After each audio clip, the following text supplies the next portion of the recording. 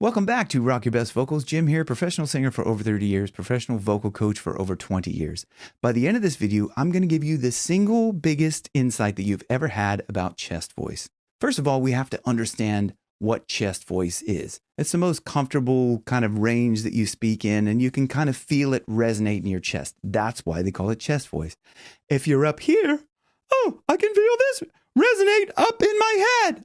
So that's head voice. Falsetto, it's breathier. It's like this. Oh, there's a lot of breath going through. Oh, you can hear that.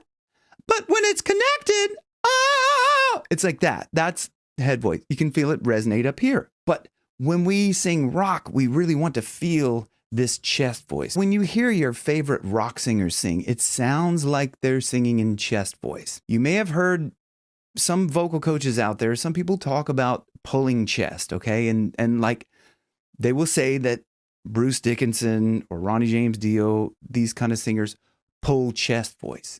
So what that sounds like and feels like, if I pull my chest voice up here, it sounds very strained.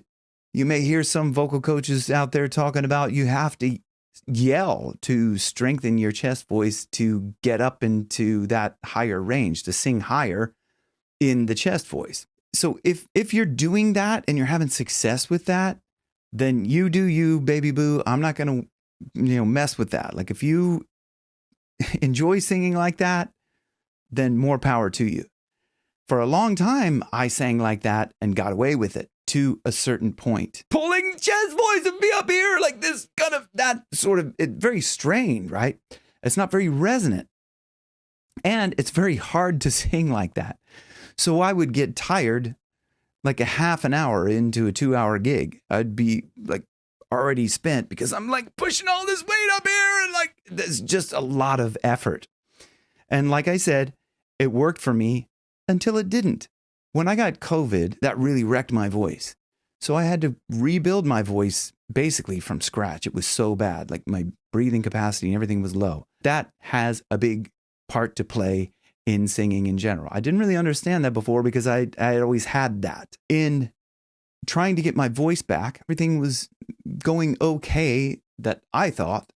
And then I got fired from a band because I couldn't sing in head voice. It required this powerful head voice. But what I was trying to do, because I was watching tons of YouTube videos that were always talking about kind of, you have to bear down and, like you're taking a dump, or you have to push this up here like this. And I was like, why is this not working for me? I can't get my voice back the way it used to be, because I know I was doing something a little bit different that I kind of lost track of. So when I had to retrain my voice, I learned a lot about how I was actually singing before and how like a lot of that was healthy. But this trying to, pull this chest weight up into the head, to make it higher, it just wasn't working.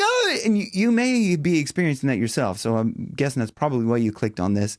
Because if you want to sing, like Ronnie James Dio or Bruce Dickinson, it's like they have that chest resonance, but it's a chest resonance in a head voice placement.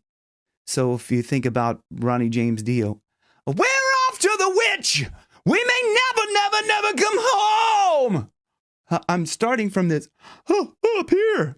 We're off to the witch. We may never come home. But the chest resonance comes from compression. But you can't compress from down here and start compressing up that way. It does require compression. A lot of people will talk about, lifting a desk, lifting something heavy or whatever, like to feel that compression. But that compression is happening at a subglottal level.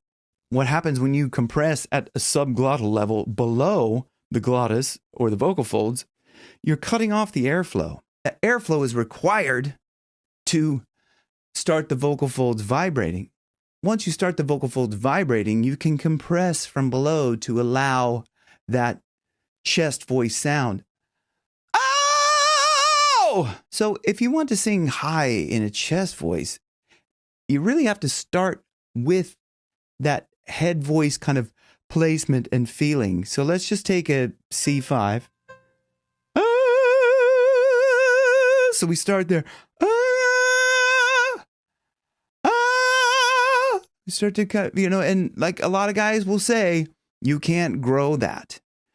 And the problem is that they couldn't grow it because they weren't doing the right things to grow it. If you start from here, and you have to do this along with me. You make it now. It's going to sound terrible at first.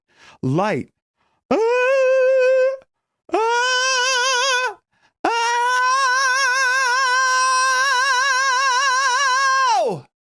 So you can hear how much more resonant that sounds.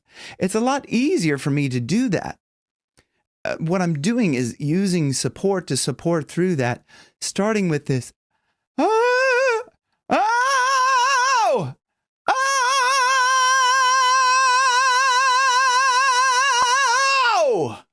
So there's a lot of work going on down here, but there's not. I can't even really get up there. Like it's just so strained to do that. Why? Like, try to make it harder on myself. I just don't understand that. And that's something that I learned from retraining my voice, finding an easier way to sing, to start lighter, and you can build that power back into it. So there's guys that are out there that will say that you can't build the power from the head voice. You can't grow that head voice into something powerful. And I've just shown you that you can do that. It's just you have to know what to do when you're doing that. So I can't get into everything that I'm doing on this video, but if you want to click the link down below, you can join me on Patreon or work with me privately. But I also give tips away here for free. So if you want to like and subscribe, I give tons of stuff on here for free. But the single biggest insight to chest voice and to getting that sound in your chest voice is listening to the tone of your favorite singers. So go pick an isolated vocal track of your favorite singer and listen to the tone of their voice. It all starts with the tone. You may be thinking that they're singing in a chesty voice, a heavier voice than they actually are. But listening to the isolated vocal tracks, and I do a lot of isolated vocal track breakdowns here on this channel, and I'm going to be doing a lot more in the future because some of the older ones, I really wasn't tuning in to the tone of their voice enough to understand. What I'm telling you now is that the tone of the singer's voice tells a lot about their technique. And if you hear someone singing like this, then that tone is not a pretty tone. And that's not what you want. You want a tone that's light and buzzy.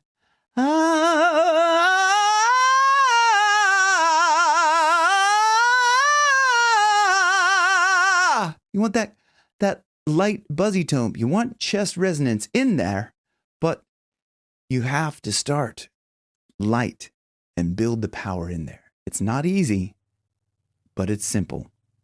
Click the link down below if you want to work with me. See you guys on the next one. Thanks for watching Rock Your Best Vocals, where your best keeps getting better.